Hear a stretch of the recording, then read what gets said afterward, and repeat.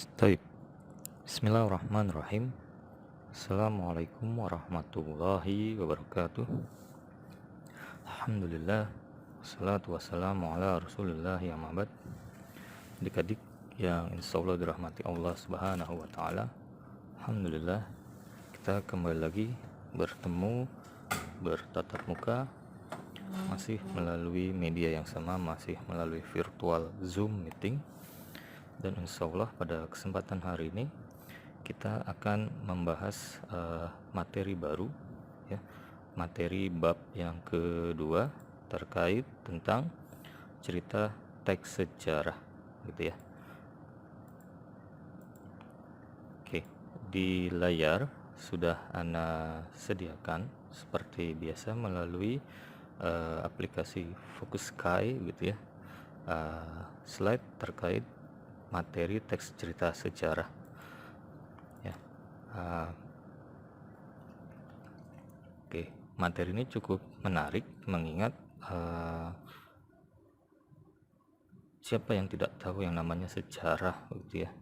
Tentunya masing-masing dari kita itu memiliki sejarah, gitu ya.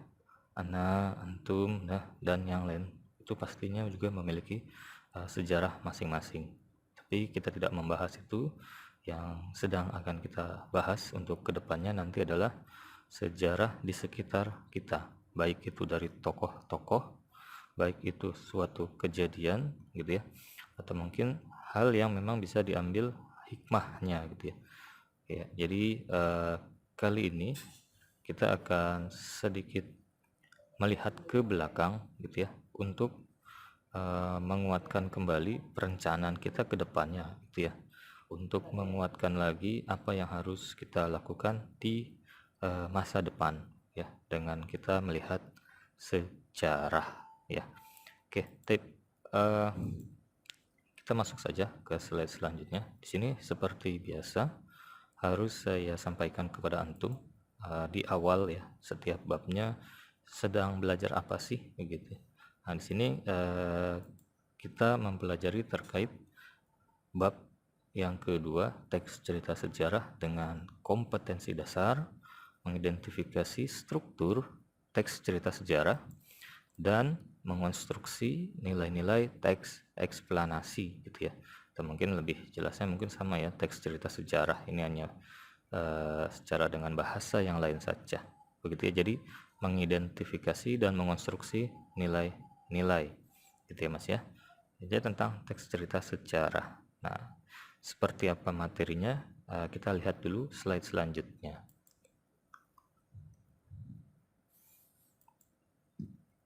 Baik, sebelum kita masuk ke materi inti mengidentifikasi, begitu ya, struktur dalam teks sejarah, ada baiknya kita melihat kembali, gitu ya, sebenarnya sejarah ini manfaatnya apa sih kalau kita pelajari, begitu ya. Nah, sebenarnya banyak sekali fungsi yang bisa antum dapati ketika belajar tentang teks sejarah, begitu ya. Yang pertama tentunya sebagai sarana edukasi, gitu ya. Bisa dijadikan petunjuk dan pelajaran kehidupan bagi manusia dalam berperilaku, ya. Jadi edukasi nih untuk bagaimana sih manusia atau kita, begitu ya, mengarungi kehidupan ini, gitu ya. Karena dari sejarah itu kita bisa melihat, ya, misalkan sejarahnya adalah hal yang baik, ya kita akan tingkatkan. Wah, sejarah kita tak mungkin sebelumnya kita nggak baik, ya kita akan perbaiki, gitu ya. Baik itu dari tata sikap, perilaku, dan sebagainya. Oke, edukasi, gitu ya, petunjuk sebagai pelajaran hidup, begitu ya, bukan hanya sebagai pelajaran di sekolah, gitu ya, tapi ini pelajaran hidup. Oke, lalu fungsi yang kedua ini fungsi rekreasi, gitu ya. Nah, selain memberikan fungsi edukasi, teks cerita sejarah juga memberikan kepada kita, gitu ya, ada feeling, gitu ya, ada feeling bahagia, gitu ya, ada rasa senang, begitu ya, ketika membaca sebuah cerita sejarah. Ya, tentunya ini secara umum disampaikan seperti itu. Jadi dengan antum membaca cerita sejarah, antum diharapkan ya bisa mengambil hikmah tentunya. Selain itu bisa juga sebagai sarana untuk antum bisa merasakan sebuah kesenangan gitu ya. Tentunya ketika kita mendapatkan sebuah ilmu ya, dan ilmu itu bermanfaat, sudah menjadi keharusan ya, hati kita akan menjadi senang karena ilmu kita bertambah begitu ya. Oke. Lalu kemudian fungsi yang ketiga sebagai sarana untuk kita bisa mendapatkan inspirasi ya. Dengan kita belajar sejarah, kita mudah-mudahan begitu ya, ketika kita menyimak dengan saksama, kita akan mendapatkan inspirasi ya, imajinasi dan kreativitas untuk berlangsungan hidup berbangsa dan bernegara. Ini dalam konteks misalkan yang dibaca adalah tokoh-tokoh nasional gitu ya. Walaupun sebenarnya tokoh diniyah pun ya, tokoh agama Islam itu juga bisa kita ambil juga ya, bahkan kita kuatkan gitu ya sebagai modal hidup dan petunjuk dalam menjalankan kehidupan sehari-hari gitu. Jadi banyak sekali yang bisa kita ambil pelajaran dari masing-masing tokoh ya. Nanti di akhir bab ini kita akan melihat apakah tema yang akan kita angkat untuk nantinya antum mencari sejarah di sekitar antum, khususnya di daerah antum, karena antum pastinya berasal dari daerah yang berbeda-beda gitu ya. Pastinya memiliki cerita masing-masing. Di akhir dari bab ini kita akan sharing gitu ya Mas ya, kita untuk mendapatkan inspirasi gitu. Oke, lalu fungsi yang terakhir gitu ya, instruktif ya, instruktif ini atau mungkin instruksi gitu ya, sebagai alat bantu dalam pembelajaran gitu ya. Ini mungkin kaitannya dengan pembelajaran kita gitu ya, alat bantu saja ya, sebagai sarana sama seperti teks-teks yang lain gitu ya. Oke, kita masuk ke slide selanjutnya ya. Itu berarti manfaatnya secara umum bisa dikatakan seperti itu ya. Oke, lalu di sini saya tampilkan sebuah hadis yang langsung dari Rasulullah SAW. Sebaik-baiknya manusia adalah generasiku, kemudian generasi sesudahnya, kemudian generasi sesudahnya lagi. Ya, hadis riwayat Ahmad, Ibnu Hasim, Bukhari dan Tirmidzi. Kenapa saya sampaikan hadis ini? Mengingat sekarang kita sedang membahas teks cerita sejarah dan mengingat lagi mempertimbangkan antum bersekolah di sekolah yang manhajnya salafus saleh. Nah, nanti mungkin kita akan ada penekanan untuk praktiknya lebih kepada sejarah Islam gitu, atau mungkin tokoh-tokoh Islam ya. Nah, tapi dalam slide ini nanti saya sampaikan secara keumuman saja dulu ya, sebatas contoh. Nanti kita lihat di slide selanjutnya. Jadi dari hadis ini ya, artinya kita wajib gitu ya, saya tandai dengan warna merah, wajib bagi kita mengikuti jalan salafus saleh ya. Oke, ini tentunya menjadi pengingat untuk ana juga pribadi dan antum semua. Oke, baik, kita lanjut ke slide selanjutnya. Oke, seperti biasa setiap awal bab tentunya ana harus memberikan pengantar agar antum mengenal secara materi saya sedang belajar apa, lalu kemudian gambaran manfaat, dan bukan terakhir ya, dan selanjutnya ini tentang pengertian teks sejarah. Oke. Nah, bisa antum lihat di layar begitu ya, teks cerita sejarah ini juga ada di buku juga. Oke. Teks yang menjelaskan dan menceritakan tentang fakta dan kejadian masa lalu yang menjadi latar belakang terjadinya sesuatu yang mempunyai nilai sejarah. Nah, saya garis bawahi tentang fakta dan kejadian masa lalu. Jadi kejadian masa lalu yang berupa fakta, begitu ya Mas ya.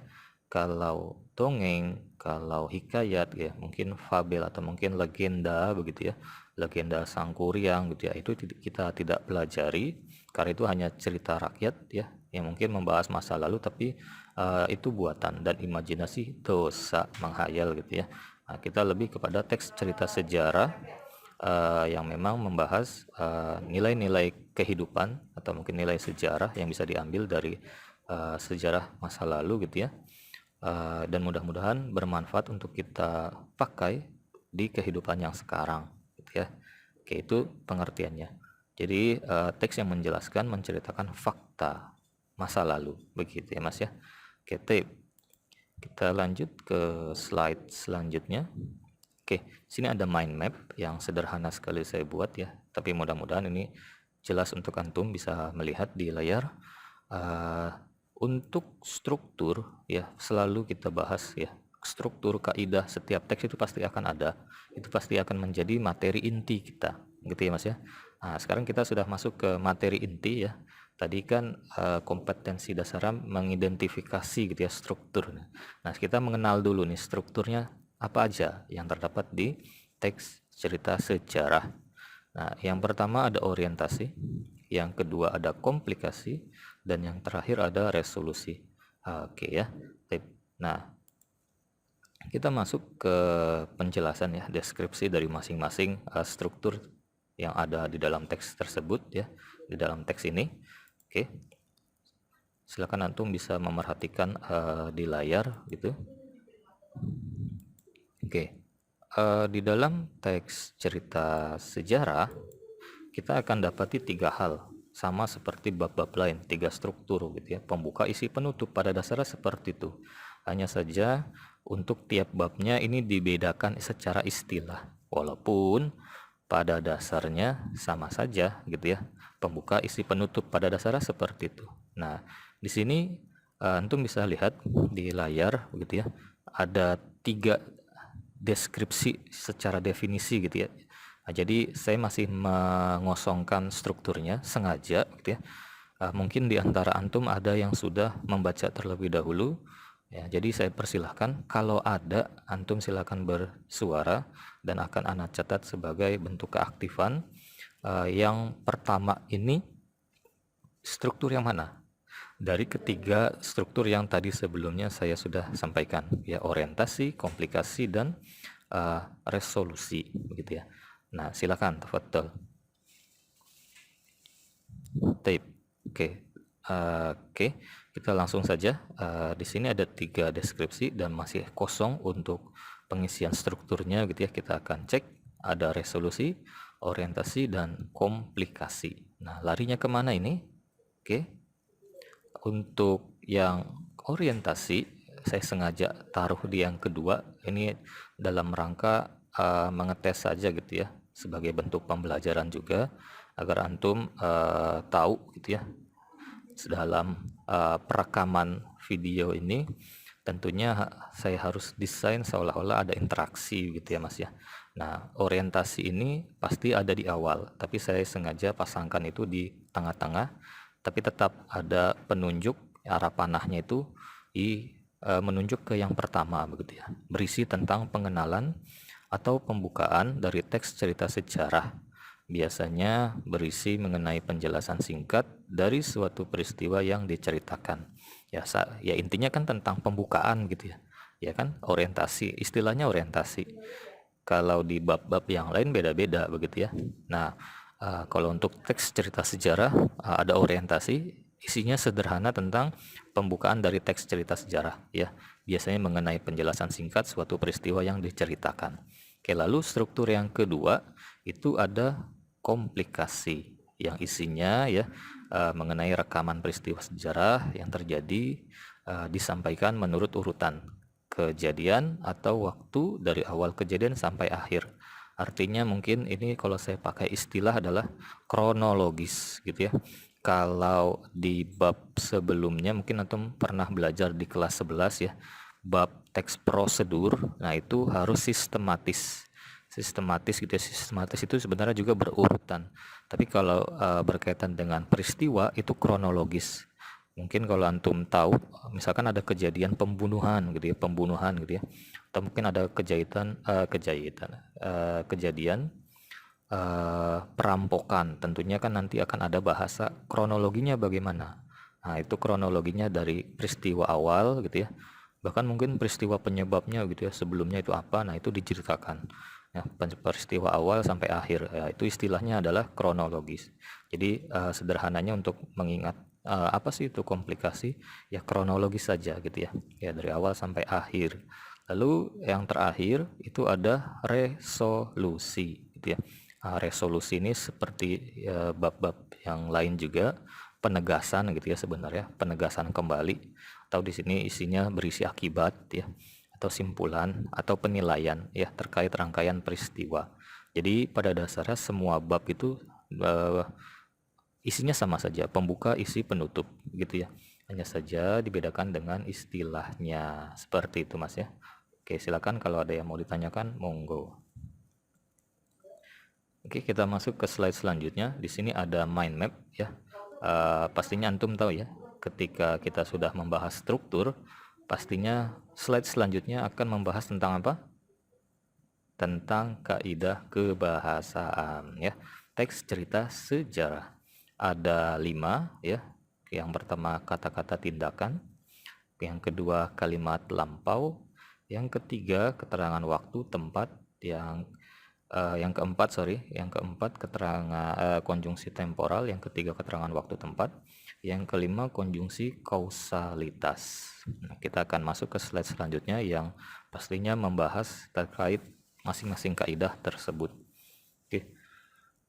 Yang pertama di sini ada kata bermakna tindakan gitu ya, kata yang bermakna tindakan. Nah, maksudnya apa sih?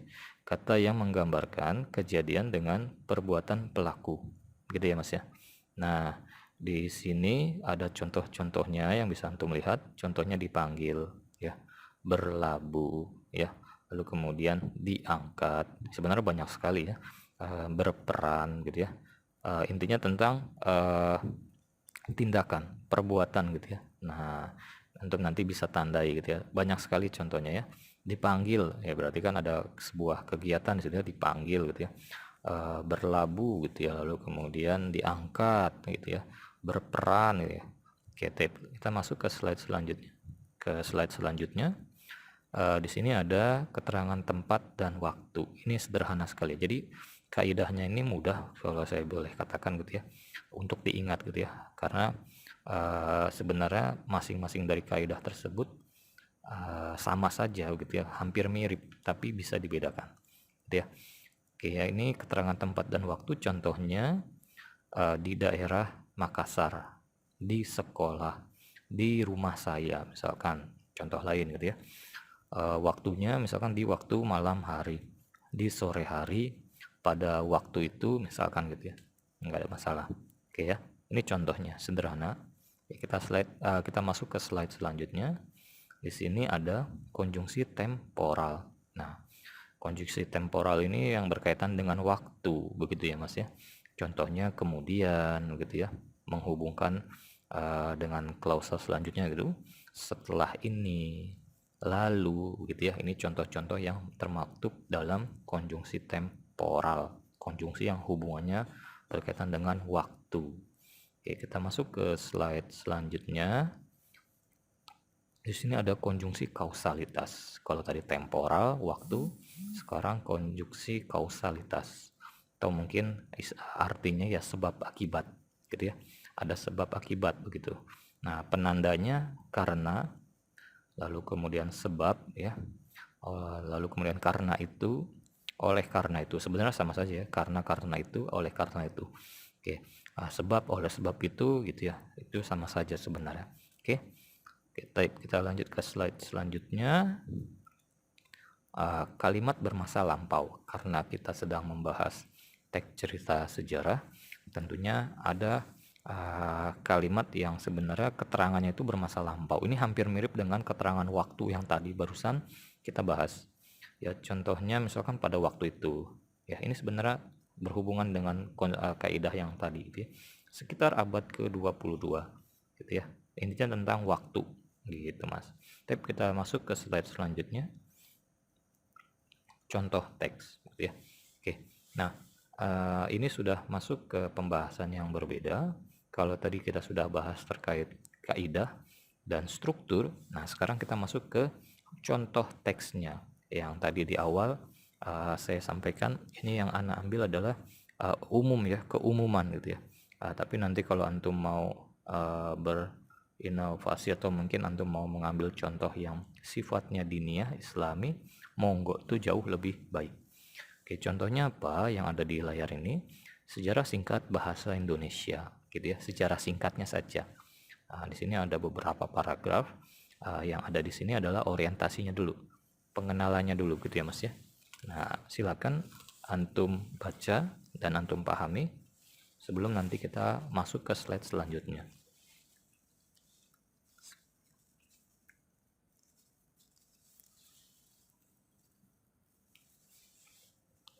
Oke, tape. Oke ya. Jadi bahasa Indonesia merupakan bahasa nasional negara Indonesia. Diresmikan penggunanya setelah proklamasi kemerdekaan Indonesia, tepatnya sehari sesudahnya bersamaan dengan mulai berlakunya konstitusi. Dan seterusnya yang antum bisa baca gitu. Jadi artinya di awal, paragraf awal diceritakan dulu gitu ya, pengantar gitu ya, bahasa Indonesia itu apa sih ya, lalu kemudian kapan ya, di sini tertulis ya, diresmikan gitu ya setelah proklamasi, berarti kan kapan gitu ya, kapan bahasa Indonesia itu resmi, mungkin bahasanya seperti itu. Nah, itu adalah pengantar untuk mengawali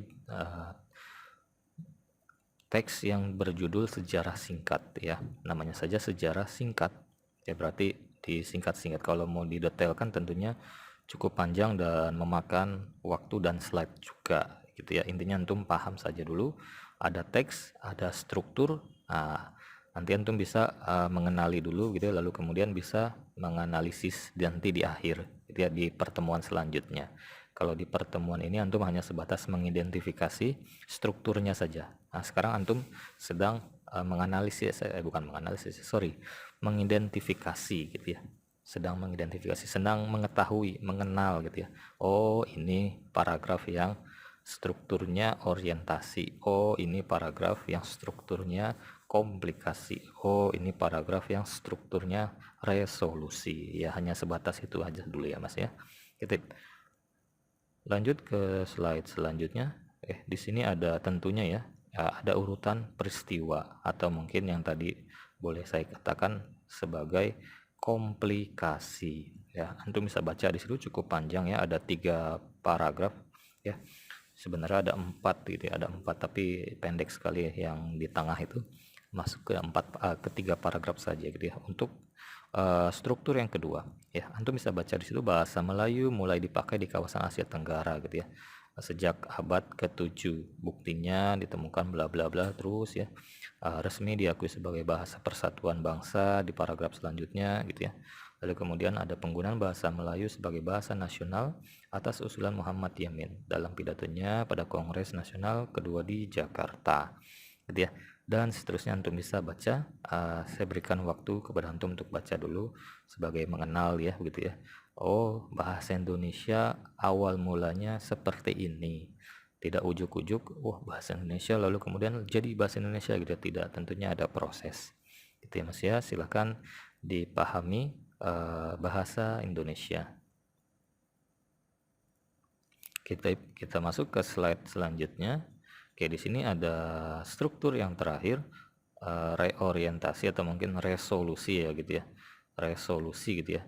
Oke, resolusi yang berisi gitu ya, pada peristiwa proklamasi kemerdekaan Republik Indonesia pada tanggal 17 Agustus 45 telah mengukuhkan kedudukan dan fungsi bahasa Indonesia secara konstitusional sebagai bahasa negara. Kini, bahasa Indonesia dipakai oleh berbagai lapisan masyarakat Indonesia, baik di tingkat daerah maupun pusat. Nah, ini sebagai penegasan kembali gitu ya, dari apa-apa yang tadi sudah dijelaskan di struktur sebelumnya. Kapan diresmikan, lalu siapa yang memprakarsai gitu ya, lalu kemudian bagaimana prosesnya ya. Lalu ditegaskan kembali di bagian akhir ya, dipakai oleh semua lapisan, baik pusat maupun daerah ya. Seperti itu struktur dan teks dari teks sejarah singkat bahasa Indonesia yang bisa Anda sampaikan kepada antum. Silakan kalau ada yang masih belum dimengerti, monggo bisa ditanyakan. Oke, tape ya. Nah, kita sudah masuk di penghujung pertemuan ini begitu ya, dalam pemaparan kompetensi materi dengan kompetensi dasar mengidentifikasi ya struktur teks sejarah dan sebenarnya mengonstruksi juga ya, tapi tidak itu. Dan terakhir, mari berbagi informasi gitu ya. Maksudnya apa? Yang tadi saya katakan di awal, pastinya dari semua peserta didik yang ada di sini berasal dari wilayah yang beragam. Ada juga yang mungkin dari luar negeri juga mungkin ya, saya nggak tahu.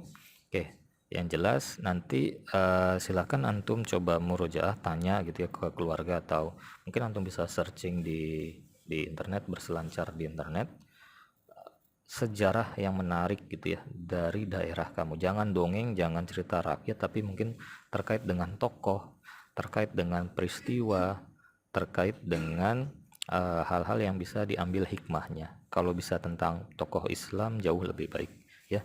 Silakan antum coba bereksplorasi dan berekspresi. Nanti akan kita bahas setelah pemaparan materi ini. Oke, silakan berdiskusi atau mungkin antum bisa dengan kelompok ya, monggo, nggak ada masalah. Yang satu wilayah. Ini kita lanjutkan langsung ya, mengingat pertemuan yang cukup singkat dan padat. Insya Allah materinya pun untuk yang kompetensi ini itu sederhana saja, hanya sebatas contoh saja untuk antum bisa mengetahui dan nanti bisa bereksplorasi secara mandiri dengan pertemuan secara manual nantinya. Oke, silakan kita simak bersama bagaimana maksud dari menganalisis kebahasan dari cerita novel sejarah ya. Oke, sini kita masih memakai teks yang sama seperti yang tadi, sejarah singkat bahasa Indonesia dengan orientasi, komplikasi dan resolusi yang sama. Hanya saja berbeda di ada beberapa tanda gitu yang saya sudah berikan, malah seperti warna merah, hijau dan orange gitu. Di sini ada warna merah dengan kata diresmikan sebagai tanda untuk kaidah yang bermakna tindakan gitu ya, bermakna tindakan. Lalu kemudian pada zaman dahulu ini masuk kepada kalimat masa lampau begitu ya, karena berkaitan dengan waktu juga. Dan yang terakhir yang hijau ini untuk kaidah keterangan tempat, walaupun tidak secara spesifik digambarkan di daerah mana gitu ya, hanya secara general saja, Nusantara ya.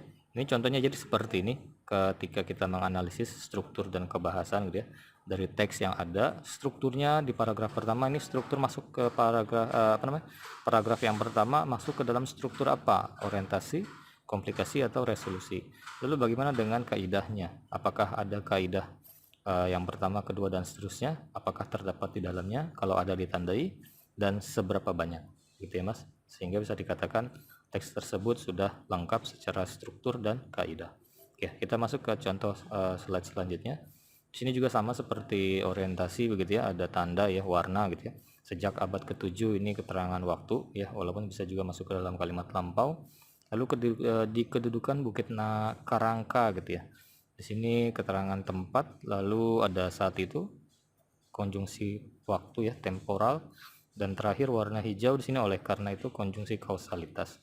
Yang artinya sudah cukup lengkap ya, bahkan sangat lengkap kaidah yang terdapat di struktur di teks cerita singkat bahasa Indonesia ini secara struktur lengkap, secara kaidah pun lengkap. Nah, jadi kita bisa katakan teks ini sudah memenuhi syarat atau mungkin sudah menjadi teks yang baik untuk teks cerita sejarah. Oke, seperti itu yang bisa kita bahas pada pertemuan kali ini. Mudah-mudahan bermanfaat. Kita tutup ya, ini sudah termasuk ya, analisis ini termasuk ke dalam pembahasan di pertemuan yang kedua setelah yang kemarin atau mungkin slide sebelumnya mengidentifikasi. Dan insya Allah untuk pertemuan selanjutnya kita sudah masuk ke dalam praktik atau mungkin menyusun tugas gitu ya, yang tentunya akan disesuaikan dengan saya pribadi nanti di pertemuan selanjutnya. Oke, Itu saja yang bisa Anda sampaikan. Terima kasih. Nah, tutup. Assalamualaikum warahmatullahi wabarakatuh.